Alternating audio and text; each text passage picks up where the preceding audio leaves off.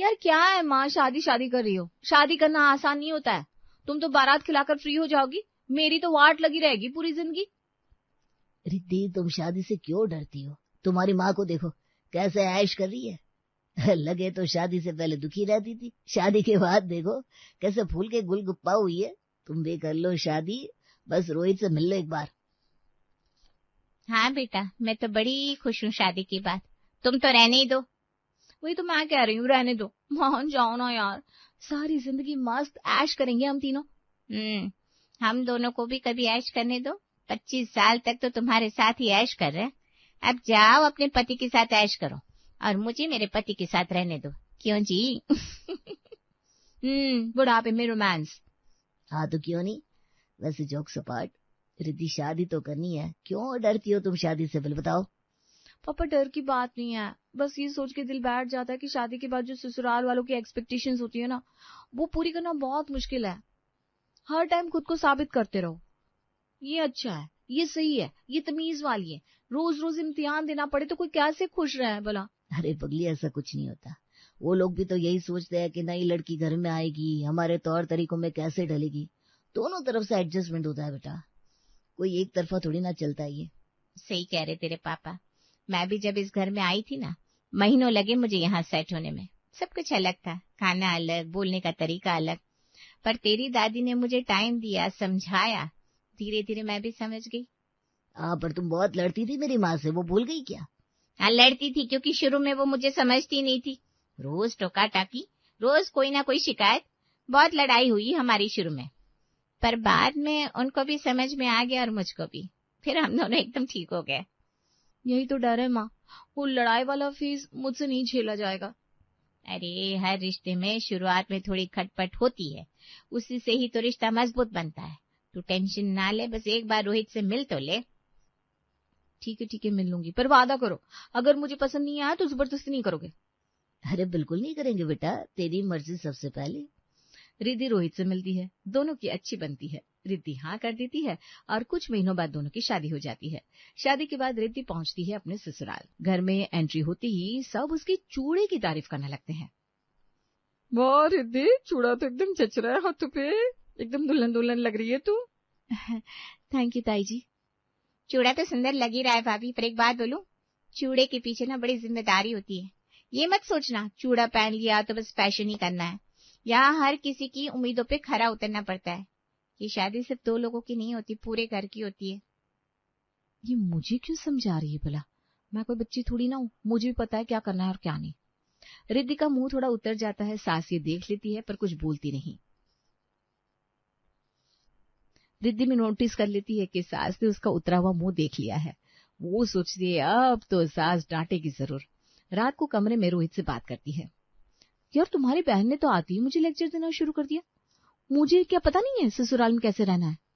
अरे छोड़ो ना यार, अभी तुम नई नई आई हो, सब तुम्हें अपने हिसाब से ढालने की कोशिश करेंगे, पर तुम्हें अपने तरीके से रहना है, जो तुम्हें सही लगे वही करना, किसी की बात तुम्हें मत आना।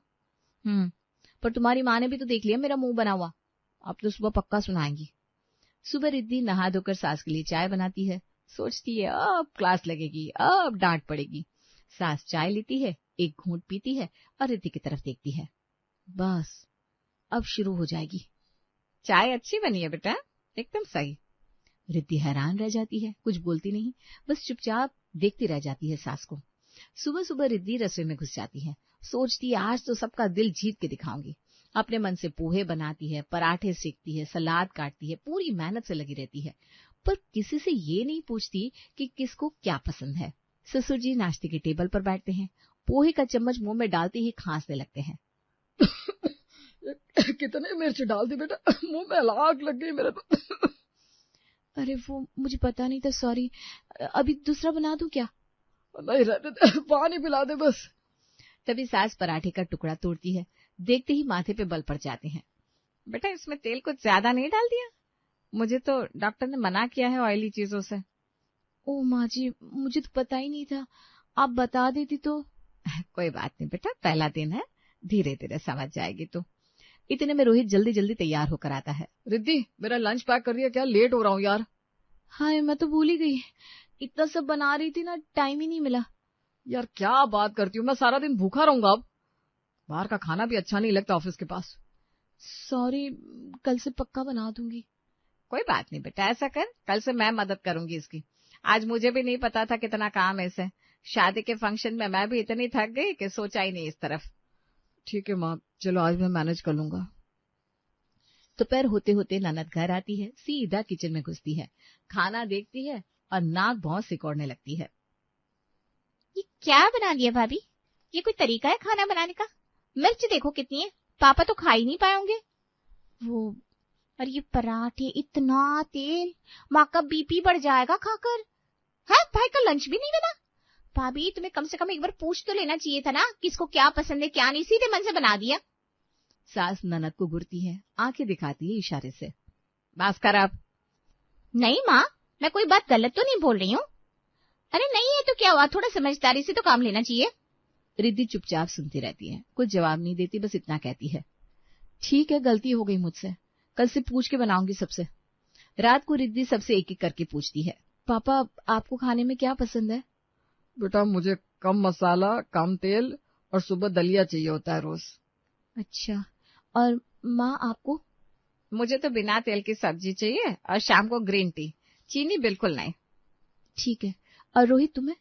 मुझे थोड़ा तीखा पसंद है और लंच में रोज अलग सब्जी चाहिए, रोज एक ही सब्जी खाकर बोर हो जाता हूँ मैं। और मुझे तो बिल्कुल हल्का खाना चाहिए, फ्राइड कुछ भी नहीं, और सुबह जूस चाहिए होता है फ्रेश निकाला हुआ। रिद्धि की आंखें बड़ी हो जाती है, सिर पकड़ लेती है। भाई ये तो 4 लोग हैं और 4 तरह का खाना, मैं अकेले कैसे मैनेज करूंगी इतना सब?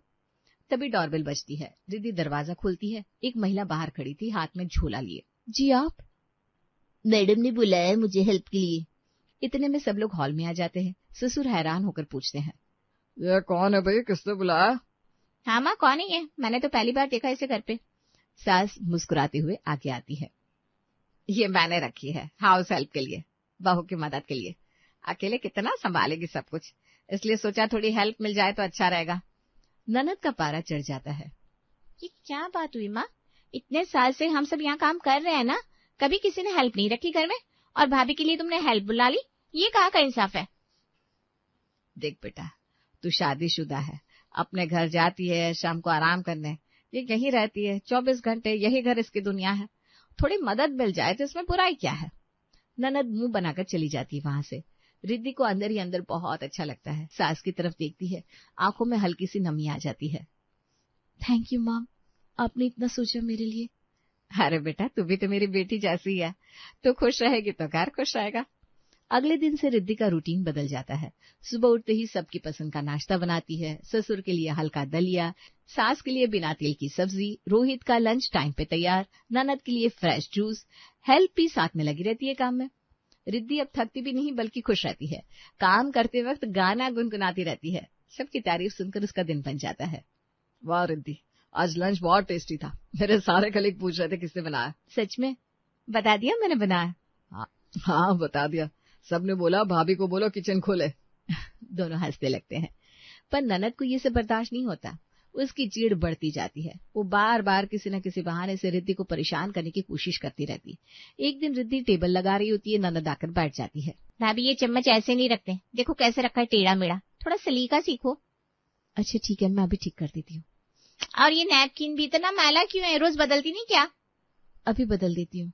और सुनो, माँ को शुगर वाली चाय मत दिया करो, डॉक्टर ने मना किया है। पर तुम्हें तो याद ही नहीं रहता कुछ। दीदी मुझे याद है, आज माँ को बिना शुगर की ही चाय दी थी। ननद कुछ पल चुप हो जाती है, फिर मुंह बनाकर उठ जाती है वहां से। सास ये सारा सीन देख रही होती है दूर से। रिद्धि के पास आती है धीरे से। बेटा तू परेशान मत हो इसकी बातों से, वो ऐसी है, दिल की बुरी नहीं है, बस बोलने का तरीका थोड़ा तीखा है उसका। नहीं माँ, मुझे बुरा नहीं लगता, मैं समझती हूँ सबको।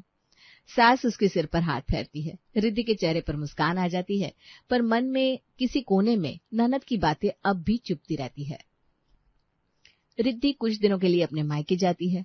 बैग पैक करते ही वक्त उसके चेहरे पर खुशी झलक रही थी। इतनी खुश क्यों हो रही हो? लग रहा है जैसे जेल से छूट रही हो। हाँ, कुछ ऐसा ही फील हो रहा है। मम्मी के हाथ का खाना, अपना कमरा, अपनी मर्जी बहुत मिस कर रही थी। अच्छा जाओ एंजॉय करो, पर जल्दी आ जाना। मायके पहुंचती ही रिद्धि एकदम बदल जाती है। वही पुरानी टी शर्ट निकाल के पहन लेती है, पजामा चढ़ा लेती है, बाल बांधे बिना ही सोफे पे धम से लेट जाती है। अरे आराम से बैठ बेटा, गिर जाएगी। माँ कसम से कितने दिन बाद ऐसे आराम से लेटी हूँ, वहां तो उठते ही काम शुरू हो जाता है। समझती हूँ मैं। चल तू आराम कर, मैं खाना बना के लाती हूँ। सच में माँ, तुम बनाओगी? मुझे कुछ नहीं करना। बाबा, यहाँ तू मेरी बेटी है, रानी बन के रह। रिद्धि सोफे पे पसरी रहती है, फोन चलाती है, टीवी देखती है, बीच बीच में भाई से मस्ती करती है, बिल्कुल वैसी जैसे शादी से पहले रहती थी। 2-3 दिन तो उसे याद ही नहीं रहता कि वो अब किसी की बहू भी है। पर एक दिन जब वो चाय का कप उठाती है तो उसकी नजर अपने हाथ के चूड़े पे पड़ती है। वो चुपचाप उसे देखती रहती है। मन में कुछ चलने लगता है। कैसे शादी से पहले सोचती थी ये तो बस फैशन है, जीन्स के साथ पहनूंगी, शॉर्ट्स के साथ पहनूंगी, सबको दिखाऊंगी कितना सुंदर लग रहा है।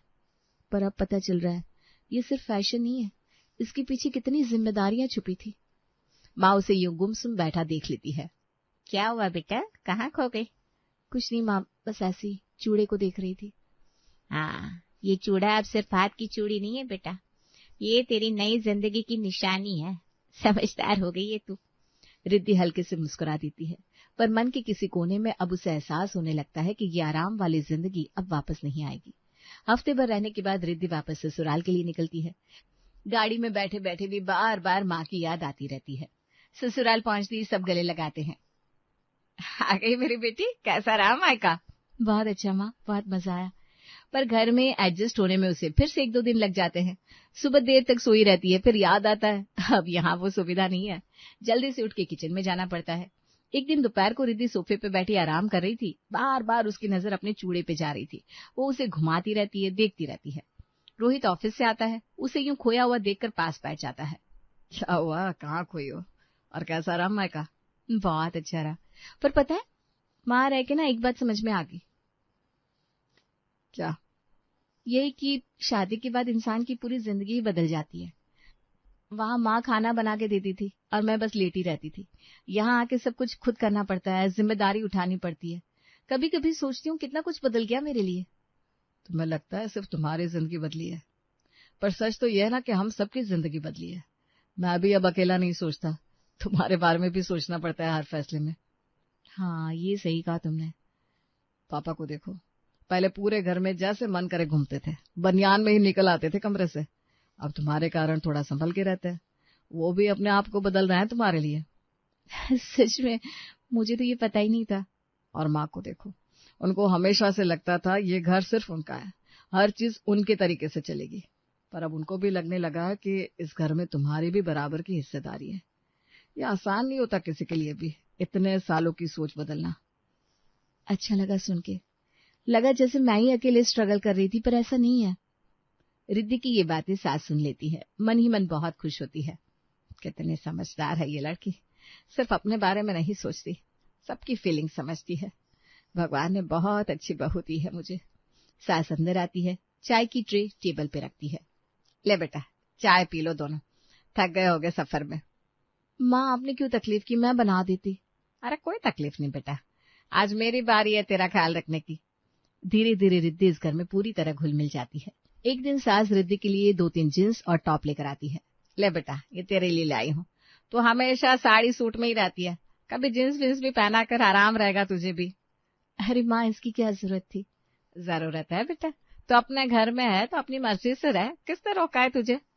हाँ बेटा, मेरे लिए तो बिल्कुल मेरी बेटी जैसी है। इस घर को अपना घर समझ, जो पहनना है पहन, जैसे रहना है रह, कोई रोक टोक नहीं है यहाँ। ननद ये सब सुन रही थी दूर बैठी, उसका मुंह बनने लगता है। माँ पापा, भाभी को तो कितनी छूट दे रहे हो, मेरी शादी में तो वैसा कुछ भी नहीं था। मेरे ससुराल में तो मुझे साड़ी सूट में ही रहना पड़ता है, वहाँ कोई जीन्स नहीं पहनने देता। तो बेटा, तुमने लव मैरिज करी थी, तुम्हें पता था कैसा माहौल है वहाँ का। अगर तुम उस पे ओके थी तभी तो शादी करी थी ना। ननद चिढ़ के उड़ जाती वहां से, कुछ नहीं बोलती, पर मन ही मन जलती रहती है। अगले दिन रिद्धि रसोई में काम कर रही थी। ननद आकर बैठ जाती है और फिर वही पुरानी आदत। भाभी, ये चाय में इतनी पत्ती क्यों डाल दी, कड़वी लग रही है। अभी बना देती हूँ ठीक से। और सुनो, तुम इतनी देर लगाती हो नाश्ता बनाने में, मुझे तो ऑफिस के लिए निकलना होता है जल्दी। रिद्धि कुछ नहीं बोलती, चुपचाप काम करती रहती है। तभी सास किचन में आती है और ननद को टोकती है। बेटा तू क्यों रोज इसको टोकती रहती है? घर में शांति रहनी चाहिए ना, हर किसी को खुश रहने का हक है। ननद भड़क जाती है। वाह माँ, तुम लोग तो बड़ी ऊंची सोच रखने लगे हो आजकल। इतनी छूट दोगे ना इसको, एक दिन यही तुम्हारे सिर पर चढ़ के नाचेगी, देख लेना। रिद्धि इस बार चुप नहीं रहती, पहली बार जवाब देती है। ननद जी, मैं क्यों लड़ूंगी उनसे? जब वो मुझे इतना प्यार दे रहे हैं, इतना सम्मान दे रहे हैं, तो मैं उनके साथ बुरा कैसे कर सकती हूँ? ओहो, बड़ी ज्ञान की बातें सीख ली तुमने तो। आते इस घर में अपनी चलाने लगी। मैं अपनी नहीं चला रही हूँ, बस अपना हक और अपनी जिम्मेदारी दोनों समझ रही हूँ। बहुत बड़ी बहू बन गई हो तुम तो। और तुम बहुत बड़ी बेटी बनके अपने ही माँ बाप को गलत साबित करने पर तुली हो। दोनों की बहस बढ़ने लगती है, आवाजें ऊंची हो जाती है। सास बीच बचाव करने की कोशिश करती है पर बात नहीं बनती।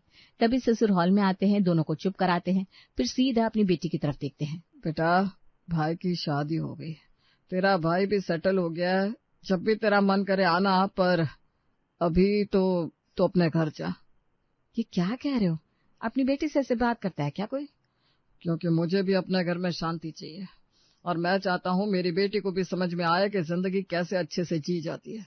जो जिम्मेदारी बहू की होती है वही जिम्मेदारी बेटी की भी होती है।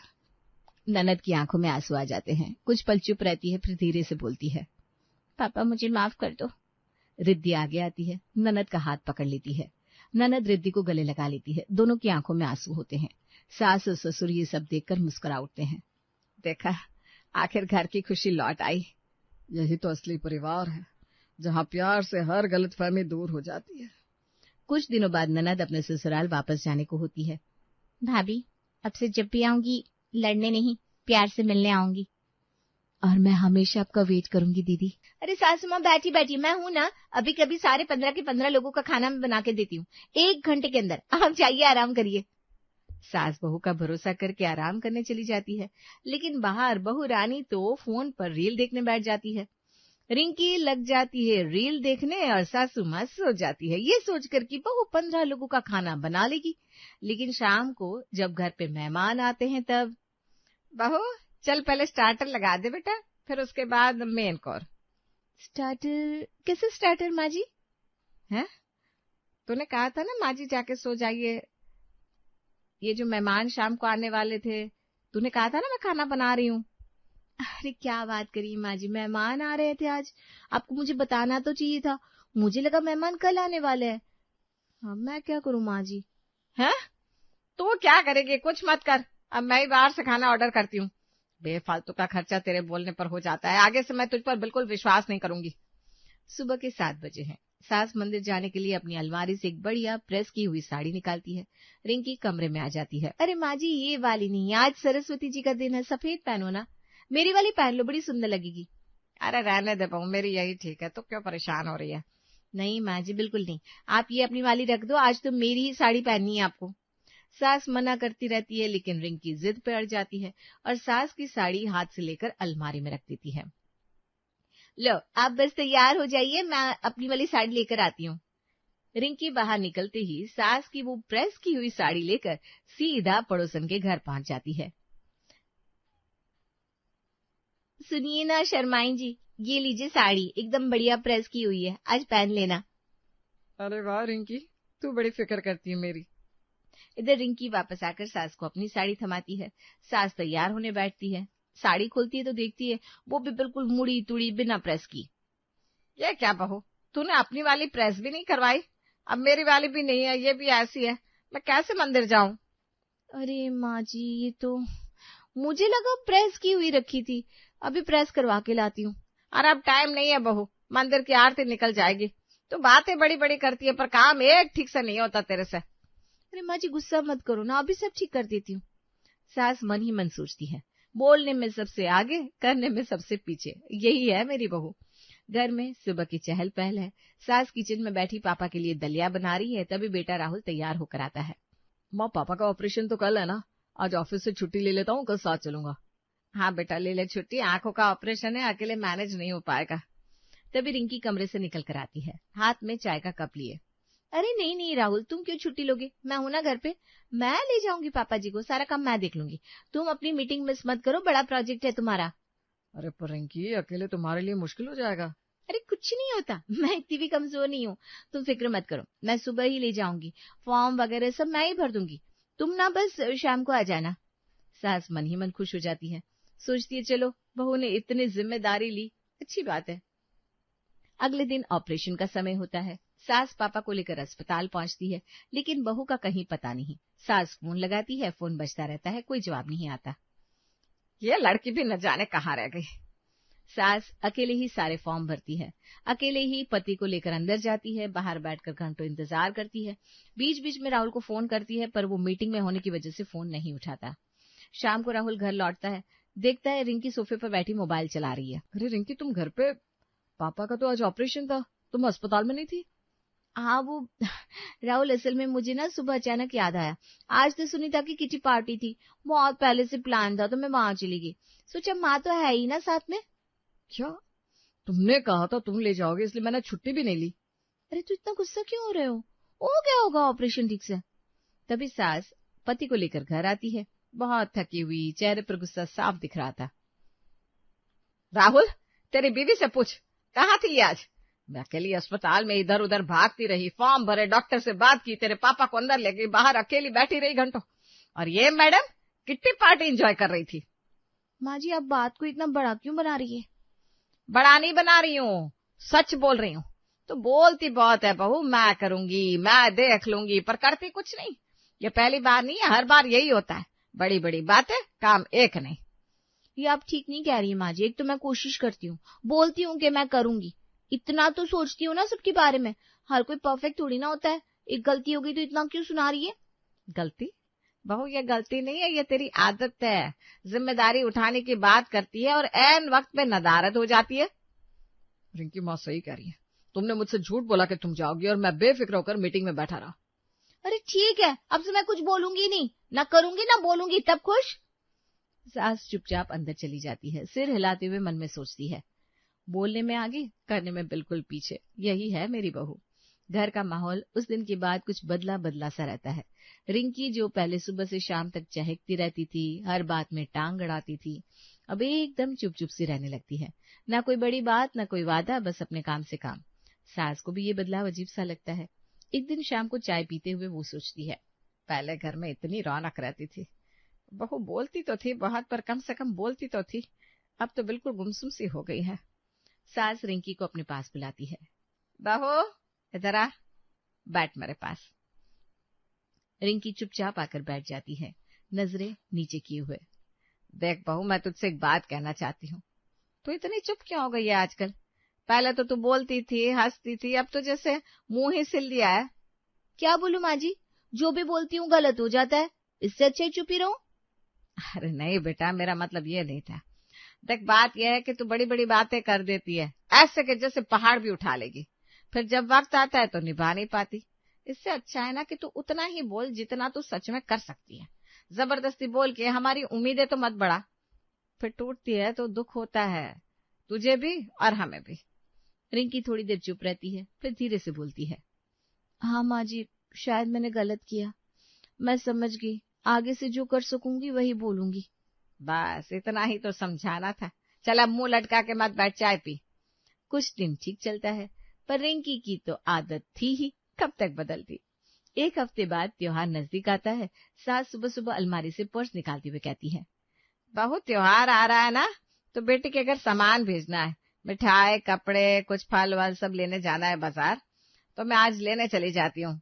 अरे नहीं माँ जी, आप क्यों जाओगी इस उमस भरी गर्मी में, इतनी धूल मिट्टी है बाहर, 10 दुकानों में घूमना पड़ेगा, मैं चली जाती हूँ, आप आराम करो ना घर पे। सास थोड़ा हिचकती है, सोचती है, पिछली बार वाला हिसाब याद करती है, पर फिर सोचती है चलो छोटा सा काम है, मार्केट ही तो जाना है, इसमें क्या गड़बड़ होगी। ठीक है बहू, जा, पर देख बेटे के लिए साड़ी लेनी है सूट के साथ, दामाद के लिए कुर्ता, और मिठाई का डिब्बा अच्छा वाला लेना हलवाई की दुकान से। जी माँ जी, सब हो जाएगा, आप बेफिक्र रहो। रिंकी बाजार निकल जाती है। पहले तो वो ननद के लिए साड़ी देखने जाती है, फिर उसकी नजर बगल की दुकान पर पड़ती है, जहाँ नई डिजाइन के सूट आए थे। अरे वाह, ये तो बड़ा सुंदर है, मेरे लिए एकदम परफेक्ट रहेगा। बस वहीं से शुरुआत होती है। रिंकी अपने लिए एक सूट लेती है, फिर बगल की दुकान में जूते अच्छे लगते हैं तो वो भी ले लेती है, फिर कॉस्मेटिक शॉप देखती है तो वहां भी घुस जाती है। 2-3 घंटे तो यूं ही निकल जाते हैं। अपनी शॉपिंग में इतना खो जाती है कि ननद वाला सामान पूरा भूल जाती है। शाम को जब घर लौटती है, हाथ में अपने बैग्स लिए, तो सास दरवाजे पे ही पूछ लेती है, ला बहू दिखा क्या क्या लाई, बेटे की साड़ी दिखा पहले। रिंकी का चेहरा एकदम उतर जाता है। याद आता है वो तो भूल ही गई। माँ जी वो मतलब मैं भूल गई। है? भूल गई? मैंने सुबह इतनी साफ साफ बताया था और तू पूरा सामान लेकर आई नहीं। माँ जी वो शॉपिंग करते करते ना टाइम का पता नहीं चला। सास चुप हो जाती है, कुछ नहीं बोलती, सिर पकड़ के सोफे पे बैठ जाती है। मन ही मन सोचती है, समझाया था फिर भी नहीं बदली ये लड़की। शाम का समय है, सास रसोई में बर्तन समेट रही है, तभी फोन की घंटी बजती है। स्क्रीन पर पूजा बेटी लिखा था, तो सास खुश होकर फोन उठाती है। आ बेटा पूजा, कैसी है तू? माँ ये क्या हो रहा है? इस बार त्योहार पे तूने कुछ नहीं भेजा, न मिठाई न कपड़े न कुछ नहीं। मेरी सासू माँ इतना ताना दे रही थी, कह रही थी मायके वाले तो साल में एक बार भी सही से याद नहीं रखते। अरे बेटे मैंने भिजवाया तो था, रिंकी गई थी बाजार। गई थी तो लाई क्या? कुछ नहीं आया माँ, मुझे शर्मिंदा होना पड़ा घर में। और सुन, भाई से पैसे मांगे तो उसने भी टका से जवाब दे दिया, तो मुझे अपने ही पैसों से मिठाई मंगवानी पड़ी सबके लिए। ये कोई तरीका है क्या माँ? अरे बेटा तू परेशान मत हो, मैं देखती हूँ अभी। क्या देखोगी माँ, हर बार यही होता है। पहले तो खुद जाके सब भेज देती थी, अब से जब से भाभी आई है सब कुछ ठीक से होता ही नहीं। मुझे बहुत बुरा लगता है माँ, सच में। फोन रखकर सास का चेहरा गुस्से से लाल हो जाता है। वो सीधा रिंकी के कमरे की तरफ जाती है। रिंकी बाहर आ। रिंकी बाहर आती है, सास का तेवर देखकर समझ जाती है कि कुछ तो गड़बड़ है। ये बता, तूने पूजा का त्योहार भेजा था? सामान मिठाई कपड़े कुछ पहुंचा उसके घर? माँ जी मैं गई तो थी बाजार, बस वो मेरा ध्यान ही नहीं रहा उसकी शॉपिंग का, अपनी चीजें देखते देखते भूल गई। भूल गई? मैं खुद जा रही थी बाजार, तूने मुझे रोका, कहा मैं जाऊंगी, ना तू गई ठीक से ना मुझे जाने दिया। अब पूजा का फोन आया है, उसकी सासू माँ ने कितना सुनाया उसके। तुझे पता भी है हमारी कितनी बेइज्जती हुई है इस वजह से। माँ जी मेरा इरादा तो अच्छा ही था ना, मैं तो चाहती थी कि सब ठीक हो जाए। इरादे से पेट नहीं भरता बहू, काम होना चाहिए, सिर्फ अच्छी नीयत से कुछ नहीं होता। रिंकी चुप हो जाती है, अंदर ही अंदर परेशान हो जाती है। मन में सोचती है मैंने तो बुरा नहीं चाहता, बस थोड़ी सी भूल हो गई, इतना बड़ा मुद्दा क्यों बना दिया सबने। उस रात सास राहुल को फोन लगाती है, जो उस दिन ऑफिस टूर पे बाहर गया था। बेटा तेरे बीवी का यही हाल रहा ना तो घर की इज्जत नहीं बचेगी। पूजा का त्योहार तक ठीक से नहीं भेज पाई, उसके ससुराल में कितनी बातें हुई तुझे पता है। माँ मैं क्या करूँ यहाँ से, अब देख लो जो करना है, मैं तो दूर हूँ, अभी कुछ नहीं कर सकता। ठीक है बेटा कोई बात नहीं, मैं ही देख लूंगी।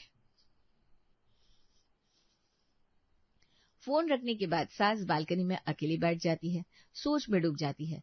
मन ही मन खुद से बात करती है, ये लड़की बुरी नहीं है, बस इसकी आदत खराब है, बोल के मुकर जाना, बड़ी बड़ी बातें करके काम अधूरा छोड़ देना, ऐसे तो घर नहीं चलेगा। इसको यूं ही डांट डांट के भी कुछ नहीं होने वाला। यह तो अपनी जगह सही समझती है खुद को, उसको कुछ ऐसा करना पड़ेगा जिससे खुद एहसास हो, खुद समझ में आए कि सिर्फ कहने से कुछ नहीं होता, करना भी पड़ता है। सास देर तक सोचती रहती है, आखिर मन में एक तरकीब सी बनती है। वो हल्के से मुस्कुरा देती है, जैसे कोई प्लान बन गया हो। ठीक है बहू, अब देख मैं तुझे कैसे सुधारती हूँ, शब्दों से नहीं तो अब तुझे खुद ही एक सबक मिलेगा। सुबह के 7 बजे हैं। रिंकी किचन में पतीली चढ़ा रही थी कि सास अंदर आ जाती है। अरे बहू तू रहने दे, चाय तो आज मैं बनाऊंगी, मस्त कड़क तड़के वाली, ऐसी बनाऊंगी कि मजा आ जाए। अरे नहीं नहीं माँ जी मुझे बनाने दीजिए ना, असल में मुझे थोड़ी देर भी चाय नहीं मिलती ना, सिर दर्द होने लगता है, सुबह की चाय टाइम पे चाहिए मुझे। अरे ऐसा कैसे बहू, तो पीछे हट, मैं बना रही हूँ आज, और इतनी बढ़िया बनाऊंगी कि तू भी याद रखेगी। रिंकी थोड़ा हिचकते हुए मान जाती है, खुश होकर अपने कमरे में चली जाती है। सोचती है चलो आज आराम से चाय मिलेगी, बनी बनाई। 1 घंटा बीत जाता है, रिंकी इंतजार करती रहती है पर चाय नहीं आती। आखिर सिर में दर्द शुरू होने लगता है। वो बाहर निकलती है, देखती है सास और ससुर बैठकर आराम से चाय की चुस्कियां ले रहे हैं। माँ जी ये क्या, मेरा तो सिर बहुत दर्द कर रहा है, आपने मुझे चाय दी ही नहीं। अरे बहू मैं तो सच में भूल ही गई, मुझे लगा मैं तुझे देकर आई हूँ, याद ही नहीं रहा। माँ जी आपको लगा, अब देखिए मेरा पूरा दिन सिर दर्द में निकलेगा, आपने कहा था खुद बनाऊंगी, फिर ऐसे कैसे भूल गई। अरे बेटा गलती हो गई मुझसे, चल अब तू बना ले जल्दी जल्दी। हाँ, रिंकी मुंह बनाते हुए किचन की तरफ जाती है। सास मन ही मन मुस्कुरा देती है, जैसे कुछ सोचा हुआ काम हो गया हो। शाम हो जाती है। रिंकी अभी भी सिर पकड़े सोफे पे बैठी होती है। राहुल ऑफिस से लौट कर आता है। पत्नी का उतरा हुआ चेहरा देखकर पूछता है, क्या हुआ रिंकी, तबीयत ठीक नहीं है क्या? अरे मत पूछो, सुबह से सिर दर्द हो रहा है। तुम्हारी मम्मी ने चाय बनाने की बात की, मैंने मना किया कि मुझे टाइम पे चाहिए, फिर भी उन्होंने कहा मैं बनाऊंगी और फिर भूल गई। मैंने दवाई खा ली, बाम भी लगाया, फिर भी ठीक नहीं हो रहा। जब बनाना ही नहीं था तो बता देती ना साफ साफ, मैं खुद बना लेती। अब देखो मेरा पूरा दिन खराब हो गया। राहुल को थोड़ा गुस्सा आता है। वो सोचता है माँ को ऐसा नहीं करना चाहिए था, पर आखिर माँ है इसलिए चुप रह जाता है। बस इतना कहता है, अच्छा ठीक है, आराम कर लो, मैं तुम्हारे लिए अभी चाय बना देता हूँ। कुछ दिन शांति से निकल जाते हैं। फिर एक दिन रिंकी को मायके में पार्टी अटेंड करने जाना होता है। सुबह सुबह वो सास के पास जाती है। माँ जी सुनिए ना, मेरा जो ड्रेस है ना वो टेलर के यहाँ सिलने गया हुआ है, शाम तक टेलर दे जाएगा। मुझे आज मायके में पार्टी है, वही ड्रेस पहननी है। अगर मैं तब तक नहीं रुक पाई, यानी मुझे अभी निकलना है यहाँ से, तो आप उसे मेरे मायके भिजवा देना, ठीक है? ठीक है बहू, भिजवा दूंगी, तुम फिक्र मत कर। पक्का ना माँ जी? वो ड्रेस मेरे लिए बहुत जरूरी है, पार्टी के लिए स्पेशल सिलवाई है ना, प्लीज ध्यान रखिएगा। अरे हाँ, कह तो दिया, तू निकल जा आराम से। रिंकी निश्चिंत होकर मायके चली जाती है। शाम को टेलर ड्रेस देकर जाता है। सास उसे लेकर रख देती है, पर किसी काम में उलझकर भेजना भूल जाती है। ना कोई कुरियर भिजवाती है, ना फोन करके बताती है। उधर रिंकी मायके में पार्टी के टाइम तक इंतजार करती है। ड्रेस आती नहीं तो मजबूरन वही पुराना ड्रेस पहनकर पार्टी में जाना पड़ता है, जो वो पहले भी कई बार पहन चुकी थी। पार्टी में उसकी सहेलियां टोकने लगती है, अरे रिंकी ये तो वही ड्रेस है ना जो पिछली बार भी पहना था तूने, नया कुछ नहीं लिया क्या इस बार? रिंकी मुस्कुराकर बात टाल देती है, पर अंदर ही अंदर बहुत शर्मिंदा महसूस करती है। पूरी पार्टी में उसका मन खराब रहता है। अगले दिन सुबह रिंकी घर वापस आती है, सीधा सास के कमरे में जाती है। चेहरे पे गुस्सा साफ दिख रहा था। माँ जी ये आपने क्या किया? मैंने इतना साफ साफ बोला था ड्रेस भिजवा देना, आपने भेजा ही नहीं। मेरी कितनी बेइज्जती हो गई पता है? सब लोग क्या बोल रहे थे, अरे ये तो वही कपड़े हैं ना जो पहले पहने थे, नया कुछ नहीं है क्या इनके पास? मुझे कितना अजीब लगा, अब समझ भी नहीं सकती माँ जी। सास शांति से सुनती रहती है, फिर धीरे से कहती है, ओ बहू, मैं तो भूल ही गई थी। टेलर दे तो गया था, पर मैं किसी काम में लगी थी तो याद ही नहीं रहा भिजवाना। भूल गई? आपको लगा और मुझे भूल गई? ये तो हद है। एक काम था बस माँ जी, वो भी नहीं हुआ। सास कुछ नहीं बोलती, बस मुस्कुरा के अंदर चली जाती है। मन ही मन सोचती है, बहू जो तूने महसूस किया ना अभी, ठीक वैसा ही मुझे भी लगा था उस दिन, जब तूने मेरा त्योहार का काम भुला दिया था, जब तूने ननद की शॉपिंग भुला दी थी। अब समझ में आया ना भूलने का दर्द कैसा होता है। रिंकी कमरे में अकेले बैठे सोचती रहती है। बार बार दिमाग में सास की बात गूंजती है, जो तूने महसूस किया ना अभी, ठीक वैसा ही मुझे भी लगा था। और अचानक जैसे उसकी आंखों के सामने सब कुछ साफ हो जाता है। अरे ये तो सच में मैंने भी तो यही किया था। 15 लोगों का खाना, त्योहार का सामान, ननद की शॉपिंग, चाय, हर बार मैंने बड़ी बड़ी बातें की और ऐन वक्त पे मुकर गई। और आज जब मेरे साथ हुआ तो मुझे कितना बुरा लगा, तो माँ जी को हर बार कितना बुरा लगता होगा। रिंकी उठकर सास के कमरे की तरफ जाती है। दरवाजे पर रुककर देखती है, सास चुपचाप बैठी माला जप रही थी। रिंकी अंदर जाकर उनके पास बैठ जाती है। आंखों में आंसू होते हैं। माँ जी मुझे माफ कर दीजिए। सास चौंक कर देखती है। अरे क्या हुआ बहू, अचानक ये माफी? माँ जी मुझे आज समझ में आया मैं कितनी गलत थी। हर बार मैं बड़ी बड़ी बातें करती रही, कहती रही मैं कर दूंगी, मैं देख लूंगी, पर ऐन वक्त पे कुछ न कुछ भूल जाती थी या अपने काम में उलझ जाती थी। आपको कितनी बार बेइज्जत होना पड़ा मेरी वजह से। पापा जी अकेले अस्पताल में रहे, ननद जी को बातें सुननी पड़ी मेरी वजह से, त्योहार में बदनामी हुई, और मुझे एहसास तब हुआ जब मेरे साथ हुआ। सास रिंकी का हाथ पकड़ लेती है, आंखों में नमी आ जाती है। बेटा मैंने तुझे सुधारने के लिए ही ऐसा किया, गुस्से से नहीं। बस चाहती थी तू खुद समझे। माँ जी अब से मैं वही बोलूंगी जो सच में कर पाऊंगी, और जो बोलूंगी वो पूरा करूंगी, पक्का वादा।